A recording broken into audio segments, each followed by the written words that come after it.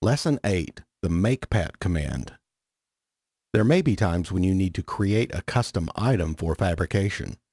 The MAKEPAT command enables creation of items from standard shapes called patterns.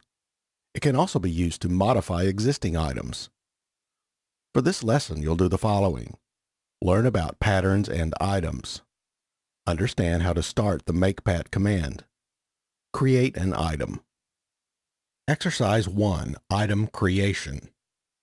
All items are created from patterns that are hard-coded into the Fabrication CAMduct software. Patterns are the basic building blocks for all fabrication items. Patterns are typically complex 3D shapes with parametric dimensions and fabrication data rather than simple geometry. Only Autodesk can add new patterns, but the number and types of patterns in the software is extensive.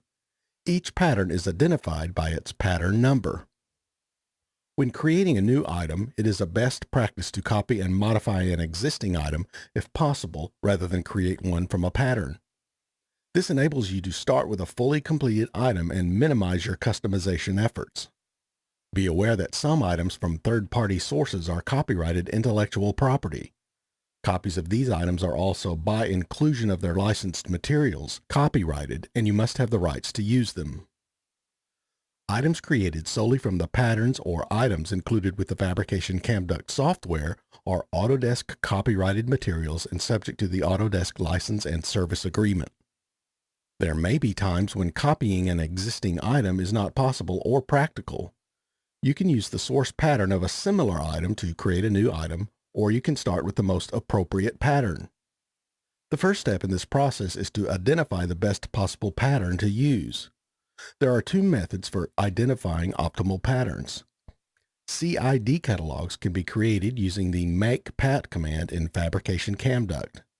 You can browse through a CID catalog to see which patterns are appropriate for the item you wish to create. Another method for selecting the optimal pattern is to identify the pattern number of a similar item. Start Fabrication CAMduct, select the Imperial Content configuration, and create a blank job. Select Item Folders on the utility bar. For this exercise, you'll create a custom air mixing plenum from a simple box-shaped pattern. An air mixing plenum, or mixing box, is used to mix air from different ductwork systems, such as fresh air and conditioned air. Expand the folders to see the items within each subfolder. Expand Imperial Content, HVAC, Generic, Equipment, Plenum boxes. A variety of plenum boxes are displayed in the Preview pane. Highlight the item labeled as Plenum Box, Top Entry. Right-click and choose Properties. The Item Properties window appears. This item is based on pattern number 382. You'll use this pattern to create a custom plenum box. Click Cancel to exit this window. The MAKEPAT command cannot be accessed from a menu or button. Enter Ctrl plus Shift plus C to open a console window. The CAMduct 2015 console is similar to the Microsoft Windows operating system command prompt window. In the command line, enter MAKEPAT 382 and press the Enter button in the lower right corner of the console window. Close the console window by clicking the red X at the top right corner of the window. The takeoff window appears with pattern 382 displayed in the viewports. Note the parametric dimensions associated with the pattern shape. These dimensions can be locked to prevent user modifications. The views and visual styles within each viewport default to what was last selected. Select the Options tab to observe the many settings associated with this pattern. Select the Item tab. The settings on this tab are the same as defined in the Edit Item Properties window. Within the viewports, you can use the mouse to zoom in and out, rotate the pattern, change the view, and change the visual style. You can use the pull-downs at the top left of each viewport to change the view and the visual style. The toolbar along the left side of the viewports offers commands to change the view, visual style, and to toggle annotation display on or off. Select the Dimensions tab. Dimension A is labeled Width and has a default value of 24. You can easily see the dimension labeled A in the viewports and that it has an assigned value of 24. Dimension A is currently unlocked so that it can be sized when placed into the model. Enter the following dimensions. For dimension A, the width, enter 48 inches. For dimension B, the depth, enter 36 inches. And for dimension C, the length, enter 18 inches. Lock the three dimensions by clicking on the first lock symbol and dragging downward across the other two symbols. Press F7 to redraw the pattern or select the Redraw button at the lower right of the Takeoff window. Dimensions D through J are for an existing hole in this pattern, but the hole is not visible. Click on the lower right viewport to make it active. The boundaries of this viewport highlight to indicate that this viewport is activated. Change this viewport to an SW isometric view. You see a 4-inch diameter round hole in the side of the pattern. Dimension D is the hole diameter. It is set to 4 inches. Dimension E has a value of round, indicating that this hole is round. Change dimension D to 12 inches and press F7 to redraw. The hole is larger. Change dimension E from round to 12 inches and press F7 to redraw. The hole changes from round to square. Click the Hole button at the lower right of the Takeoff window. The Hole dialog appears. Click the Select Side drop-down menu to view the available options. You have the option to add a hole to the front face, the top, the back, the right side, or the left side. The faces are oriented by the view in the active viewport. This hole will be the supply air duct connection. Using the drop-down menu, select Top and click OK. The viewport shows new geometry and the associated dimensions. In the Dimensions tab, dimensions K through Q appear.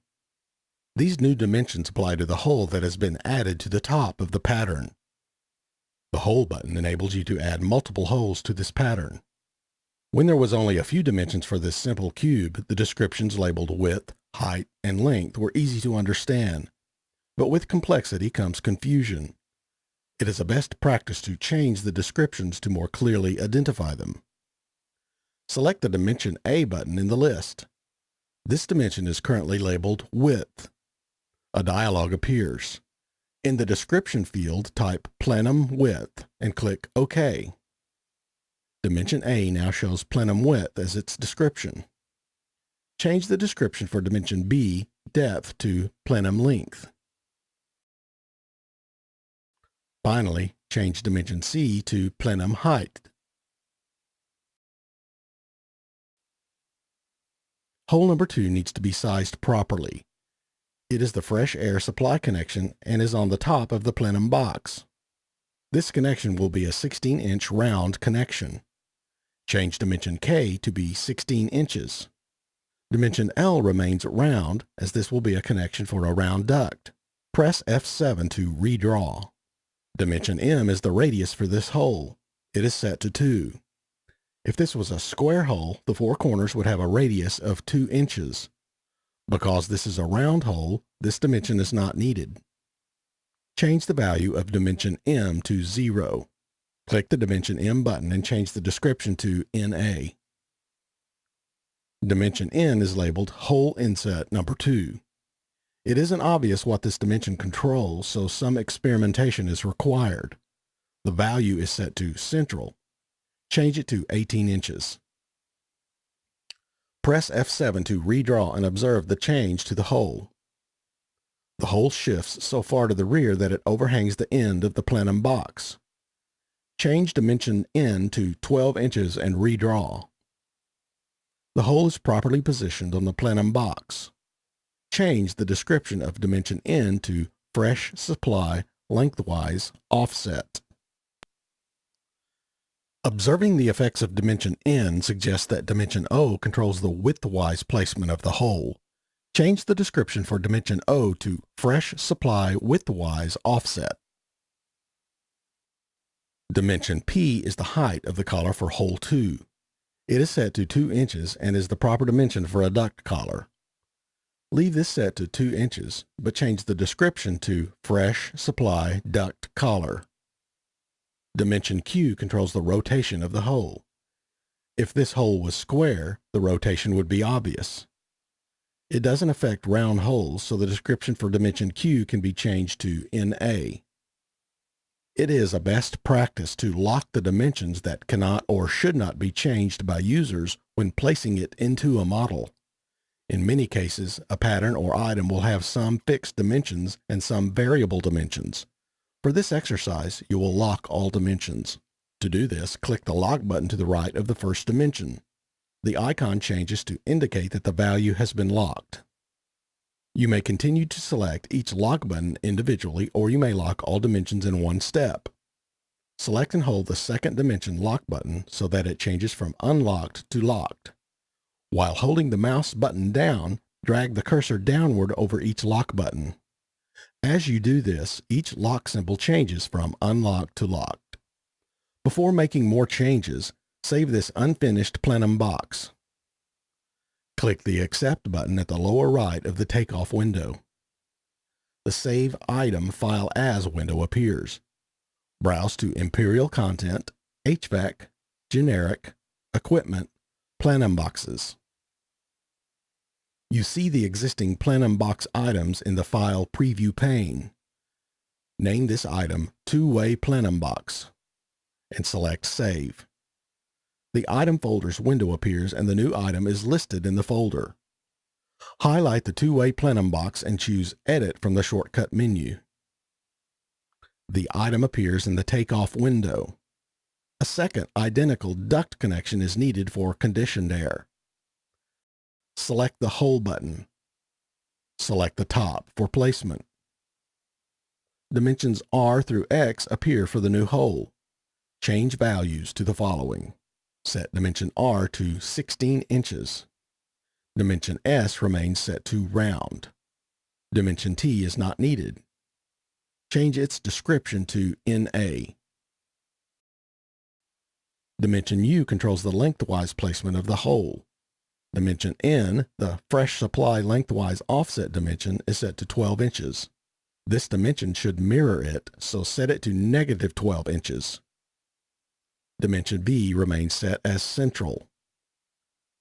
The collar height specified in dimension W is satisfactory. Dimension X is not needed and should be labeled as NA. Lock these dimensions. Hole number 1 is the air outlet.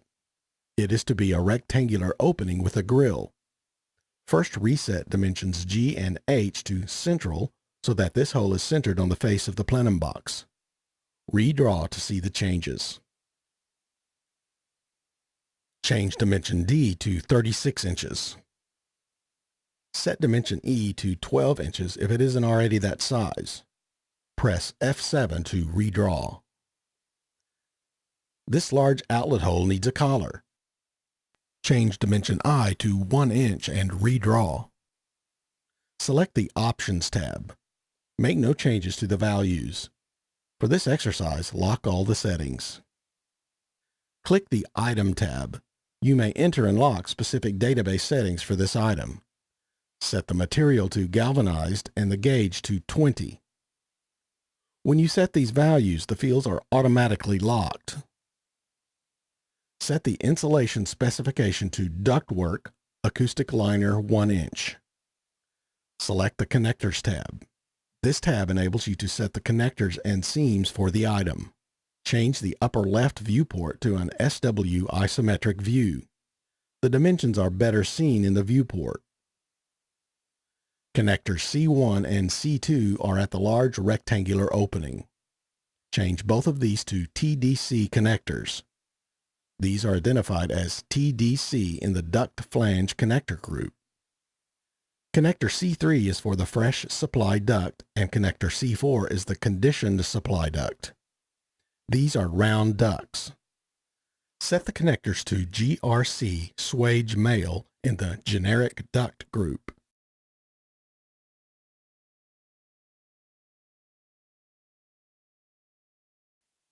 Set all the seams to large Pittsburgh. These are listed as PITTS-L in the database.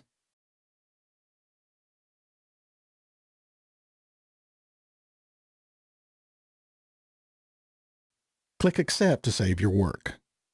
The Item folder window appears. The new item is ready for placement in a job. Close the job without saving.